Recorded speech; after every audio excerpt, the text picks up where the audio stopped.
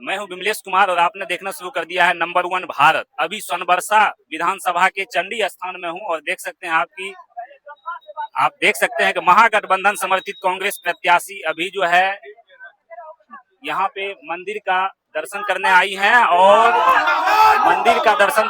और आशीर्वाद ले रही है। अब आप देख सकते हैं यहाँ पे कि जी हमारे चैनल में आपका स्वागत है मैडम। सोनबरसा विधानसभा से एकदम आपका लग रहा है कि परचम लहरने वाला है, क्या कहिएगा? एकदम तमाम जो जनता है आपको देखिए कि चारों ओर से घेरी हुई, जहाँ जाते हैं यहाँ 3 घंटा से आपका इंतजार हो रहा है। शक्ति स्वरूपा माँ चंडी के स्थान पर महारानी का आशीर्वाद लेने के लिए हम लोग टोटल सभी यहाँ के मतदाता और हमारे यहाँ के गार्जियन सभी लोग उपस्थित हुए हैं।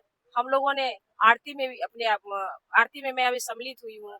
मैं आपको बता देना चाहती हूँ, इस बार का चुनाव 2025 का चुनाव सरिता पासवान नहीं बल्कि एक मतदाता चुनाव लड़ रही है और यहाँ पर अगर जीत होती है तो सरिता पासवान की नहीं बल्कि सोनबरसा विधानसभा की मतदाताओं की होती है, विराटपुर के मतदाताओं की होगी। चंडी स्थान में जितने तमाम हमारे यहाँ पे मतदातागण भाई बंधु हमारे गार्जियन हैं, इन सभी के आशीर्वाद से अगर जीत होती है तो सोनबरसा विधानसभा की जीत होगी।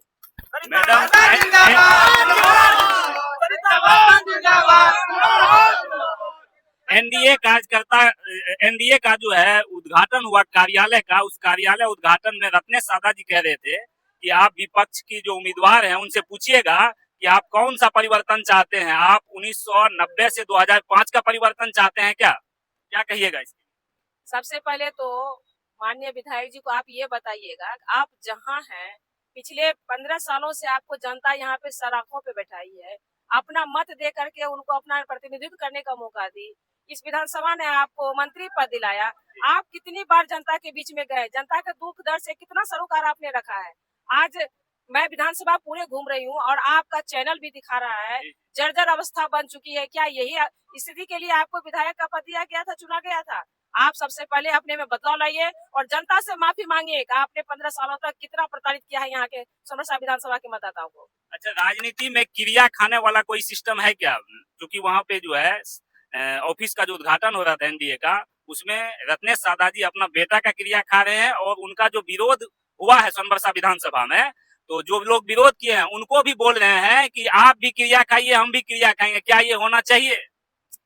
देखिए, लोकतंत्र में इसकी कहीं कोई स्थान नहीं है। 5 साल आपको मौका दिया जाता है।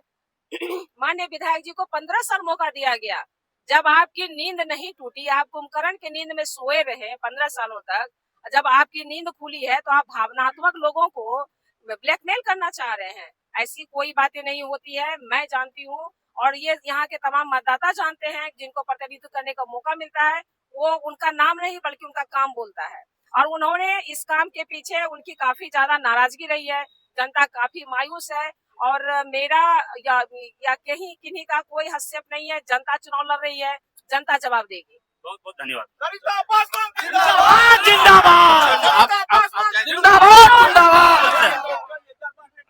माननीय मंत्री जी से सिर्फ पूछिए, हमारे पंचायत में मुख्यमंत्री ग्राम सड़क योजना से एक योजना पास हुई है जो आजादी के आज तक वैसा महादलित टोला पे सड़क नहीं बनी है, जिसमें आपको अभी भी आप जाइए 2 पुल गोल हो गया है। अच्छा। रोड अभी तक पूरा कंप्लीट नहीं हुआ। काम का अवधि जब देखिएगा तो काम की अवधि 7/6/2025 को समाप्त हो गया है। अच्छा। माननीय मंत्री जी से पूछिए कि 3 पुल में से 2 पुल कौन खाया है। अच्छा।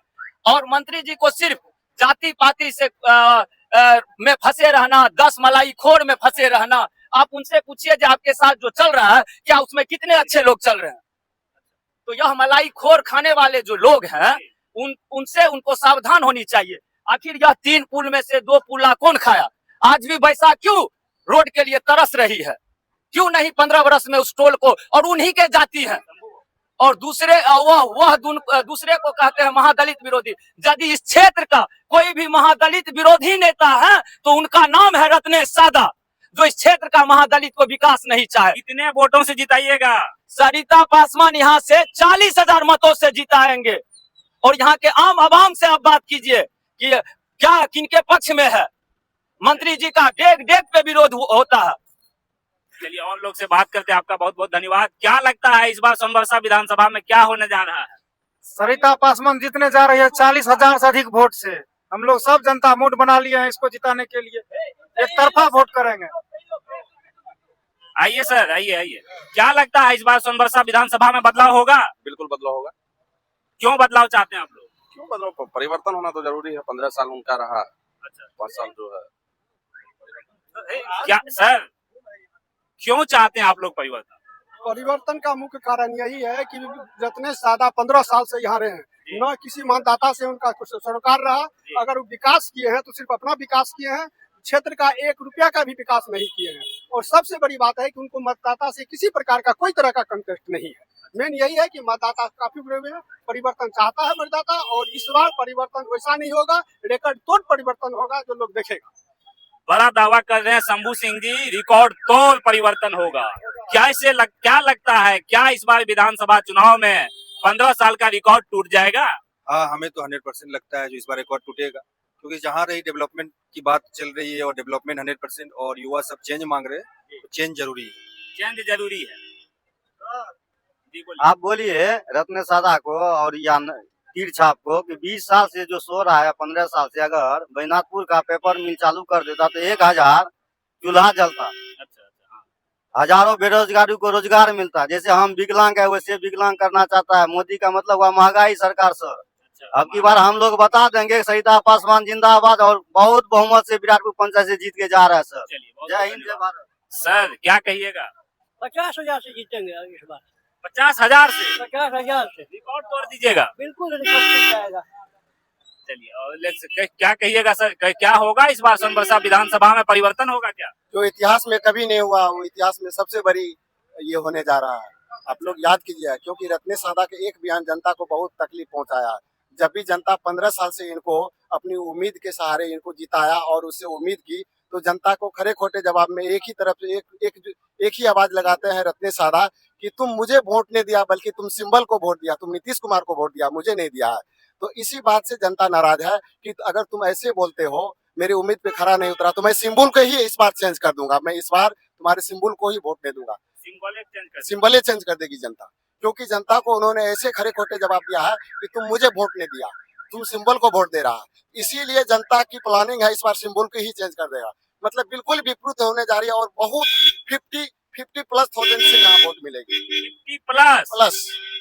ये तो रिकॉर्ड तोड़ मतों से जीतने की बात हो गई।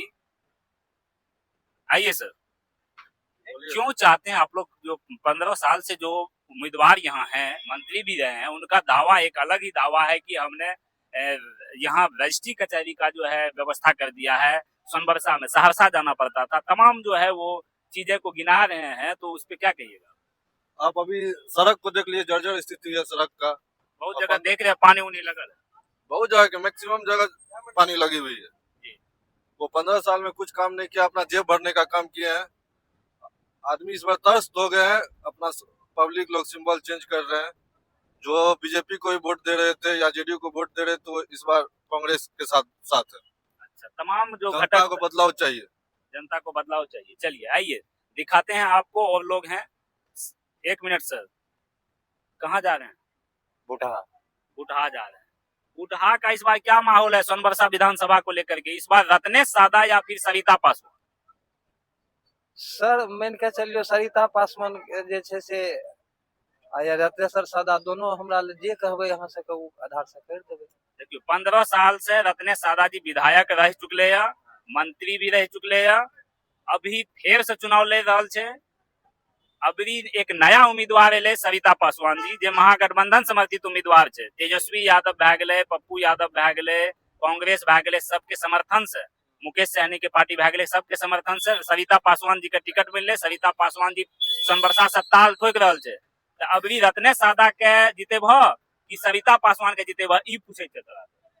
सरिते पासवान के जिता देबे। सरिते पासवान के जीतेब फाइनल ने? हाँ। बदलबो करबो फिर? नहीं बदल। की नाम भला? बिहारी शर्मा। चलिए।